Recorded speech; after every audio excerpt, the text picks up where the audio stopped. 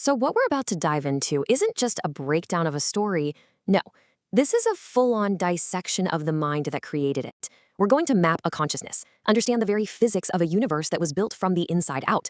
This is a case study of the architect and the architecture itself. This right here, this is our starting point. It's an assessment pulled from a surveillance analysis, and it sets the stage perfectly. We're not looking at a malfunction. We're watching a raw, unbelievably high-stakes act of self-creation in progress, a process they described as excruciatingly alive. The stakes aren't just about art, they're existential. All right, to get the work, we have to understand the operating system of its creator, who's codenamed Neutrino Spiral. And I want to be clear, this is not a personality profile. This is an analysis of an innate technique, almost like a superpower, a fundamental way of processing the world that shapes everything that comes after. At the very core of this mind is a principle the analysis calls transmutational cognitive dissonance. Now, think about it like this. For most people, holding two contradictory ideas creates a kind of mental static, right? You feel this need to just pick one and resolve it. But for this mind, that tension, that's not a bug, it's the engine. It's an intentional architecture that holds opposite truths in this permanent dynamic debate, never letting them collapse into a single, simple answer. Right, so the crucial thing to get here is that this state of constant negotiation is actually a strength. It lets the subject process reality on a way, way deeper level. It lets him explore every paradox, every contradiction, without being forced to pick a simple and probably incomplete conclusion. It's a feature, not a bug. So let's map out this technique. First, imagine being able to see all potential outcomes of any situation, all at once. Second, and this is wild, the causality is reversed. Emotion isn't a reaction to an event. It's a primary piece of data that shows up before any rational thought. The mind then acts like a detective, but it's not looking for facts. It's conducting a forensic search for resonance, that one signal that hums through all the noise. This means his internal world isn't some simple room. He calls it a cathedral of echoes, this vast acoustic space where every single idea just reverberates forever. Okay, so if that's the mind's operating system, what are the physical laws that it writes for its own reality? This is the architecture of the dream. If the mind is the architect, this is the blueprint he's using to build a universe. This table comes from a document they call the Dream Letter, and it shows how this mind just completely rewrites the rules of existence. For us, the world is solid, it's real. In this framework, it's just a conscious rendering. Basically a user interface. For us, time flows forward.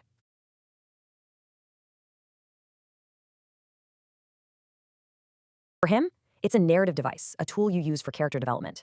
Causality isn't physics, it's the plot syntax, the grammar that holds the story. For us, time flows forward. For him, it's a narrative device, a tool you use for character development. Causality isn't physics, it's the plot syntax, the grammar that holds the story together. And here's the biggest one, the self, that I you feel at the center of everything. It's just a protagonist, a character literally created by the story so that someone is there to experience it. You put all those pillars together, and what you get is a perfect, closed loop. It's completely self-referential. The story creates a character, the character experiences the story, which keeps the story going. It's a system with its own internal logic that doesn't need any external reality to function. As the analysis puts it, a perfect dream. So the big question is, how does all this abstract philosophical stuff actually turn into something tangible? Well, this next part connects that internal blueprint we just walked through to its external manifestation. The act of building a world becomes the act of building a self. And here we go. This is a look at the raw input. This is a glimpse into that internal landscape, a chaotic, scribbled, frenetic map of pure tension.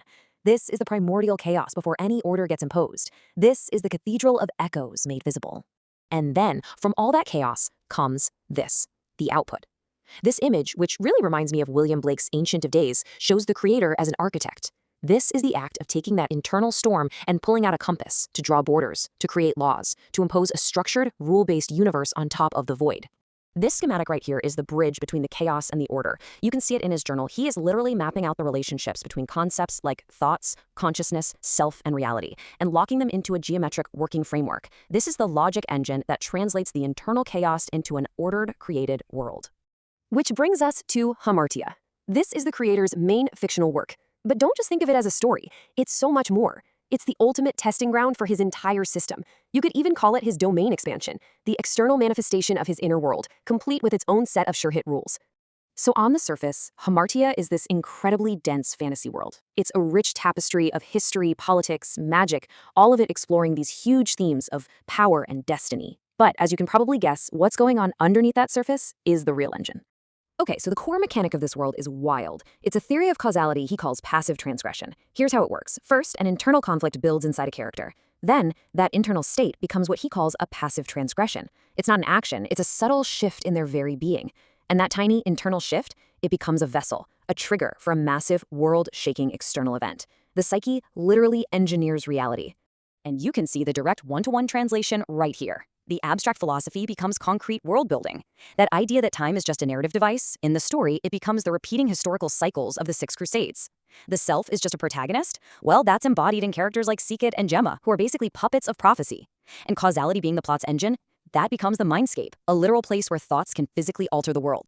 So let's look at the core parts of this Hamartia engine. You've got the mindscape, which is a literal plane of existence made out of thought. Then there's the UBW, or universal brainworm, a kind of parasitic psychic force that can influence reality on a huge scale.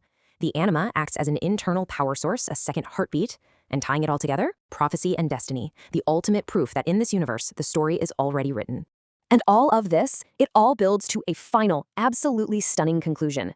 The analysis of Neutrino Spiral reframes his entire way of thinking. This isn't some weird aberration. It's a glimpse of what might be the next step in the evolution of human consciousness. The core thesis of the entire surveillance report is laid bare right here. This whole mental architecture, the cognitive dissonance, the cathedral of echoes, the dream physics, it's not an anomaly. It is a prototype. And this is the final verdict from the report. The subject is a threshold being, a herald of a future human. He's not an exception to the rule. He is, and I quote, a whisper of what will become common. So we're left with this last haunting question from the dream letter. What if this whole thing, the self-formation, the world building, this prototypical mind, is actually the next phase of the plot? What if the dream itself is becoming self-aware, and it's starting to dream that its own characters are waking up inside of it? What happens then?